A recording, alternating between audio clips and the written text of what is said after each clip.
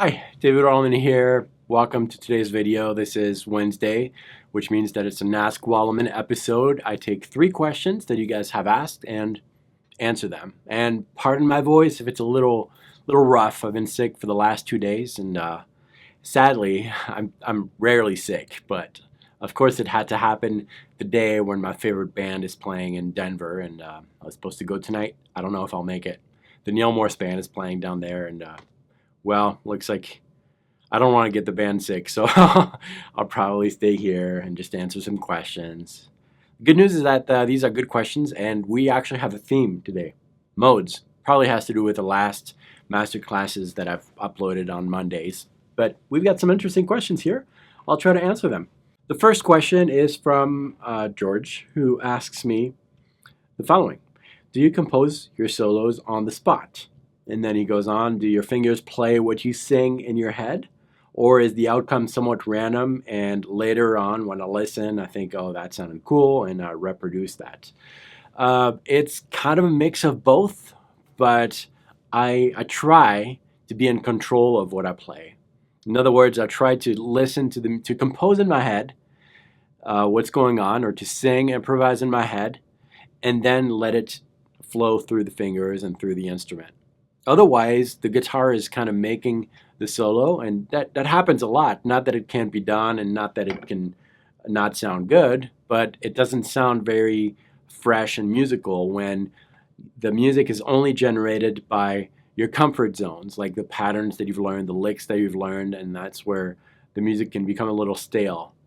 And I always talk about the language when you first learn a new language, which is appropriate because English is not my first language.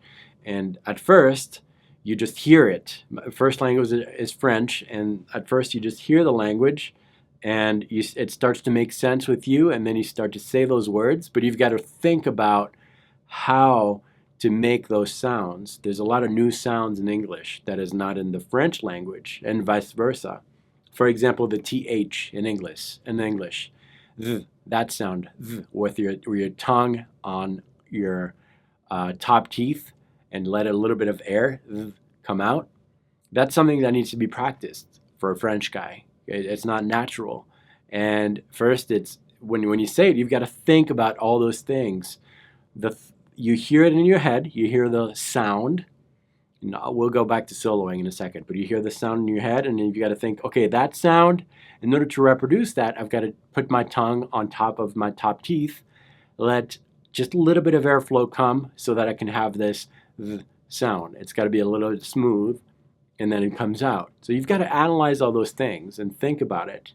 Now when I talk to you, I've been in the English language 100% for the last 12 years since I moved to the USA, and now I don't have to think about that. I just have the thought in my head, and it's almost instantaneous.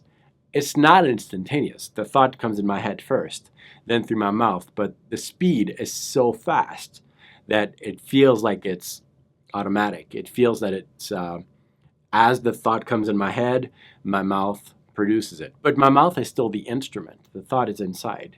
In music, when you play solo, you want to get to that point where the thought is from within, your mind or your heart, or I don't know, wherever the inner ear is, and then the speed at which the information is sent from the source of the musical idea to your fingers, going out through different scale patterns and things like that, should be almost instantaneous. At first, it's going to be slower, and the best way to practice that is to actually have, if you're practicing over a backing track, listen to the backing track without your guitar, because then you're going to be tempted to try to make those things, and you're going to go back to automatic mode.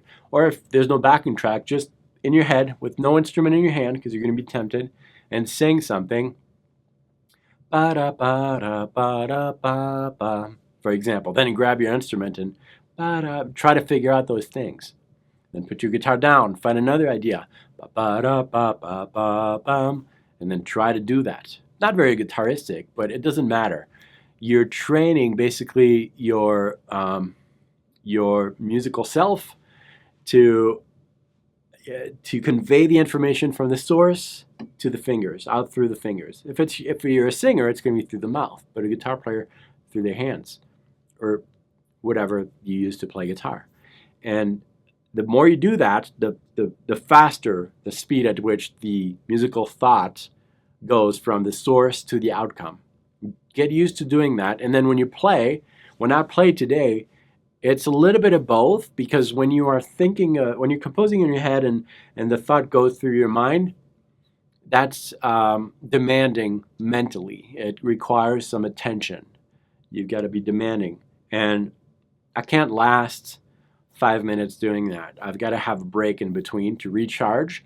And that's where I rely more on automatic things like licks and patterns and shapes that I've done to kind of recharge my mental. And then when I feel that, okay, I've been playing automatic long enough so that my mental is not drained anymore, I go back to composing.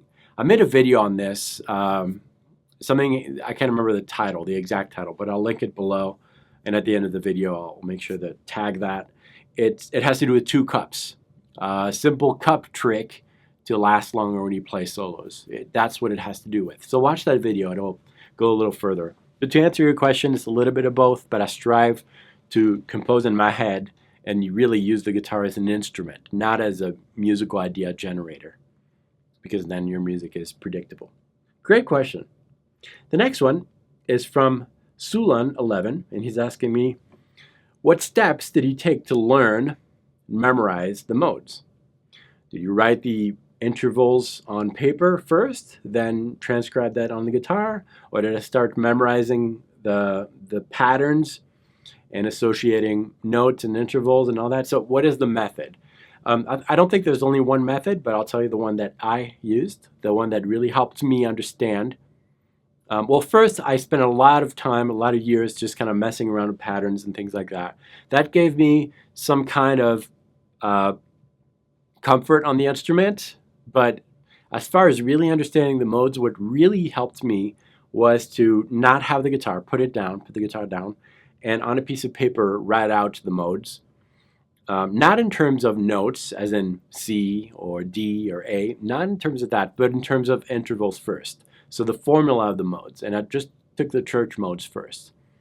Because for the longest time, I would be stuck in the fact that modes are all related to each other, they're all extracted from a major scale, therefore I just need to learn the major scale and I'm good to go. And that's the modal shortcut that I've talked about. And that never helped me until I said, okay, yeah, they're related to each other, but I'm not going to care about that. I'm going to see them as unique and individual scales.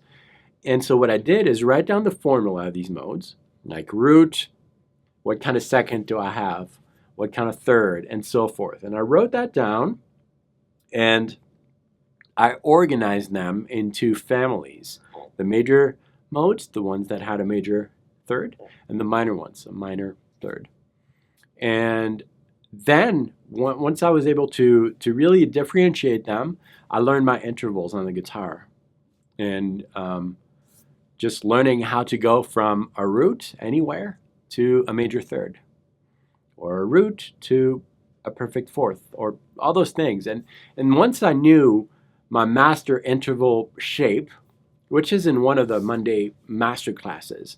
If you look back, I think it was 2 weeks ago, a free Monday master class on this channel, masterclass session, learning the modes. Check that out, and it'll teach you how basically the steps that I took. Once I did that, that really helped me because I could see within those modes some chord shapes, I could see some arpeggio shapes, I could see how they fit different chords, different keys, but that's what I did, on paper first, and then on the guitar. And then as far as the shapes and the patterns, as long as you understand how those are built, you're good to go. But you need to know the intervals and the formulas of each of these modes. And really, I encourage you to see them as unique and individual scales. They're really separated. Even though they're extracted from the same one, don't see them as such, but see them as separate. That's really going to help. And finally, the third question is from Shon, who's asking me for suggestions because he has trouble separating the sounds of the modes. So and I don't know where you're at, Shon, but my first tip would be to when you're working, when you're training your ear to hear the difference of the modes, make sure that you're working with modes that are starting from the same note. That's the first step. So compare D Ionian to D Dorian to D Phrygian to D Lydian to D whatever. Find one note and compare them like that. And then the second step would be when if you're taking the approach of playing these modes and hearing them as you play them, make sure that you're playing them against something. So maybe against a chord or a backing track or a root, but play them against something else. Because if you just play them as one note after the other, you're not going to remember what that note that you're on is going to be measured to. The color of a scale is always has to involve two notes, because without just a note by itself, it's just a sound. A note has its meaning when it's played according to something else in the back. So always play it with something else in the back. If you've got a looper pedal, that's great. Just play D's or A's or B flat, whatever it is, and loop that, and then against that play your modes, and that'll help. And also, if you haven't already, you should download the 7 backing tracks that we created in a previous Monday masterclass session. Those are Modal backing tracks, very simple. They're free to download. There's a link below. I will leave that below where you can download those and just hear them over and over. And that's a good way to practice those modes one after the other. Great question. Thank you, everyone, for your questions. If I did not answer one of your questions, I probably will pick it at some point. And if you have a pressing question, leave it below in the comment section, and I will pick 3 next Wednesday that I will answer. And again, my voice is rough today. Hopefully I'll feel better soon. That's all I had for you. Thank you. Subscribe if you haven't already. Like this video, and let me know what you think below. I will see you Friday. Friday there's a new video. A new video every Monday, Wednesday, and Friday. Mondays are for a masterclass session, so there's a longer guitar lesson videos, the type of videos that you should watch with your guitar, with a notepad, and you can rewatch them over and over. Wednesdays are Q&As, and Fridays are surprise. You'll see. I've got something this Friday that I think you will like, so make sure you log back in and check this out. And thanks, everyone. I'll see you next time. Until then, salut.